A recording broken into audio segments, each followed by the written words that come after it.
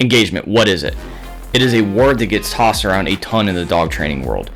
If you understand how to get it and how to leverage it, it is one of the most powerful training tools that you can have at your disposal. But in order to properly utilize it, you first have to understand what it is not. It is not bribing, bartering, negotiating with your dog to try to get them to pay attention to you. You want them to volunteer their focus on you because they want to. There's a process that I use to teach dogs to want to give us their attention. They're going to do it on their own because I've purposely allowed them to learn that it works for them, it's in their best interest, and it is highly rewarding. I mean, think about it. If you're spending a good portion of your training session like following your dog around, making kissing noises like, hey, come here, don't you want this treat? If you're spending a good portion of your time doing that, you're leaving a ton of learning on the table. So here's what we're gonna do. I'm gonna teach you guys my exact method for how I get dogs to volunteer their focus reliably every single time. I promise you, if you do this before you do any other type of training, don't try to teach your dog any commands yet. This is the basics of the basics. Get really, really good at this, and then teaching those commands gets much easier. So the first thing that we got to do is we have to make sure that the dog is going to be hungry enough to work for the food in the first place. Sometimes you may need to lower their food intake for a couple days prior to this. If your dog is overweight, I highly encourage you to address that first. That's just causing everything to work against you. For this process, we are going to use their food instead of treats. Remember, I said we don't want to be trying to bribe the dog into listening. I want them to learn how to work for their food. And I've talked about this in other videos. You'll hear me continue to preach this because it is true. Dogs are predators. They have a primal instinct to hunt, even though they're very domesticated. I get it, some of them you can't imagine being a hunter at all, but those predatory instincts are in there. And this is going to tap into a very primal drive that dogs have, which is to hunt and work for their food. We don't want them to be entitled to their food. We're not going to free feed. We're not even going to give them 2 free meals a day. So what you're going to do is at the beginning of the day, you're going to measure out your dog's food, however much they eat. And again, if you need to, if they're not really that food motivated, you may need to drop it by 10 or 20%. It'll be okay for a couple days. They're not going to starve. Their digestive system works quite a bit different than ours. Yes. Once you measure out their food, you're going to draw from that during your daily training sessions. How long it takes for this engagement building process to work is highly dependent on the dog and how consistent you are with how you deliver the food, which we will get into here in a moment. It could be 4 or 5 days, it could be a couple weeks. You'll know it when you see it, I promise you. Now that we've measured out the dog's food, when we go to do these training sessions, we are going to keep them short, super short, which you don't want to drag these training sessions out or these feeding sessions out so long that your dog gets full or they get bored. You want to quit while you're ahead. You want to quit while they're having fun. You almost want them to feel disappointed when you stop. That way, when you get them back out again, they're going to be super pumped. Now, while we're going through this process, we are also going to be simultaneously conditioning the dog to the marker word yes. Yes simply means, bingo, you did the correct thing, come to me and get your food. It's a way for us to communicate to the dogs when they did the correct action, and we're going to utilize that more and more throughout the rest of their training when we start teaching more complex commands and behaviors. In order to condition the word yes, you have to do it in this order. You have to give the cue first, and then you offer the food. You don't want to feed at the same time. You don't want to give the food first and then say yes. They have to hear the word. Right now it doesn't have any meaning. Once you've done this pattern a couple hundred times, the word yes is going to start becoming emotionally connected to the action of getting the food. This is just classical conditioning. Pavlov and his dogs, right?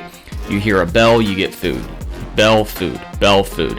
You do that 1,000 times, and eventually when you hear that bell, you start salivating, and all of a sudden you're hungry and you don't know why. It's the same thing. When you say the word yes, the dog's gonna get an instant dopamine hit, and not necessarily even know why, but it's because we have paired it with food. So the criteria right now is extremely low. We're not expecting much out of you. I just want you to look at me.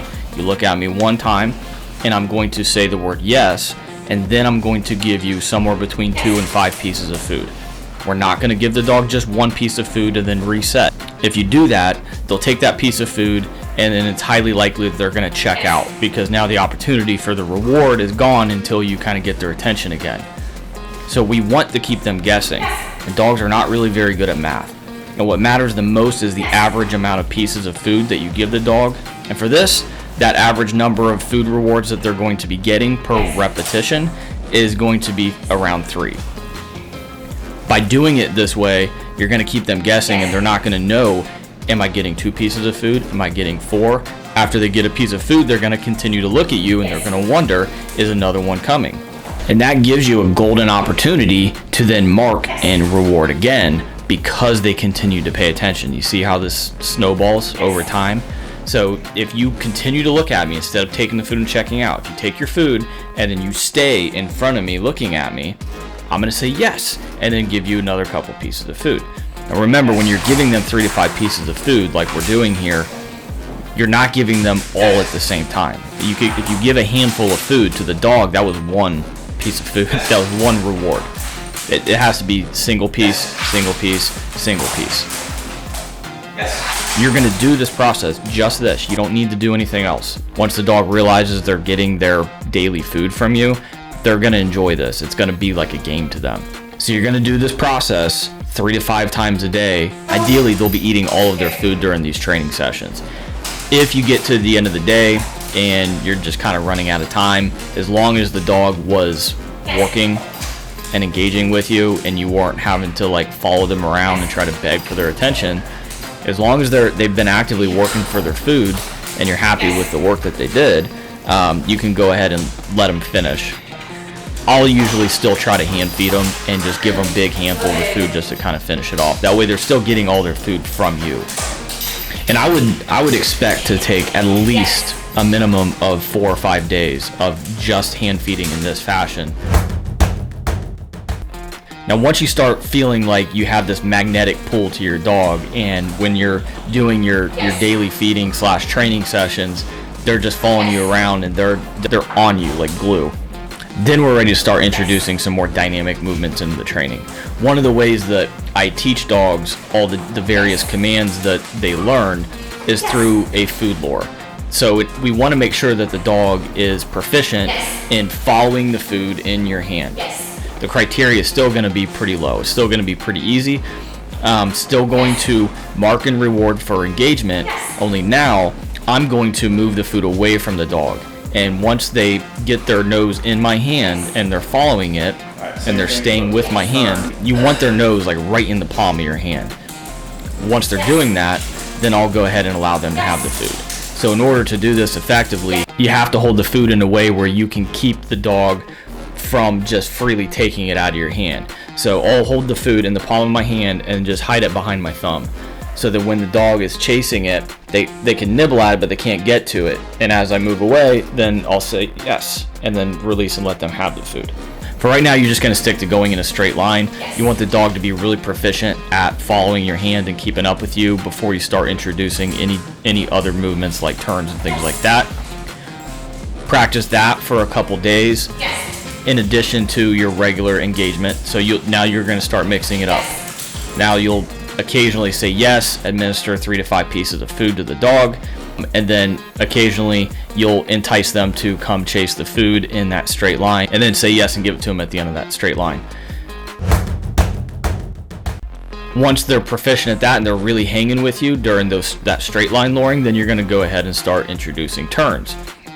You want to practice both directions, clockwise and counterclockwise. It looks just like the straight line directional luring, only after you take 3, 5, 6 steps, however many, it doesn't really matter.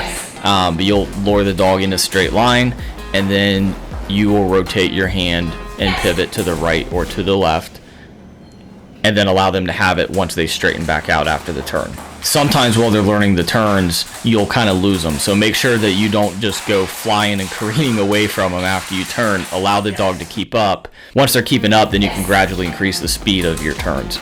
These 3 things are really the only thing you need to be able to build rock solid engagement with your dog. So once we've introduced all 3, we're able to get longer duration focus while we're hand feeding. The dog is following a straight lure, they're following the turns. Now you just kind of have fun with them for a couple more days. You just start mixing up. Sometimes you're doing some straight line lures, sometimes you're doing some turns, sometimes you're just standing still and then marking and rewarding when the dog is staying and maintaining that focus with you. Like I said, if you do this before you even attempt to teach a command, I promise you that when you go to teach that dog to sit or lay down or whatever it is you want to do first, they're going to pick it up like that. If they're not focused, they're not learning. Get the focus first, then teach them the more technical aspects of training, like the different behaviors and commands that you want them to do. Even if you have already started training your dog, but you want to improve the quality of that training, go back and just rework this. It's never too late to do it.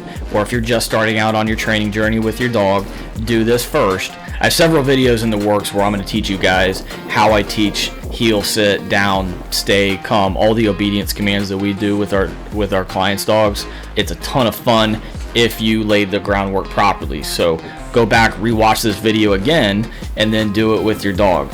Happy training, guys.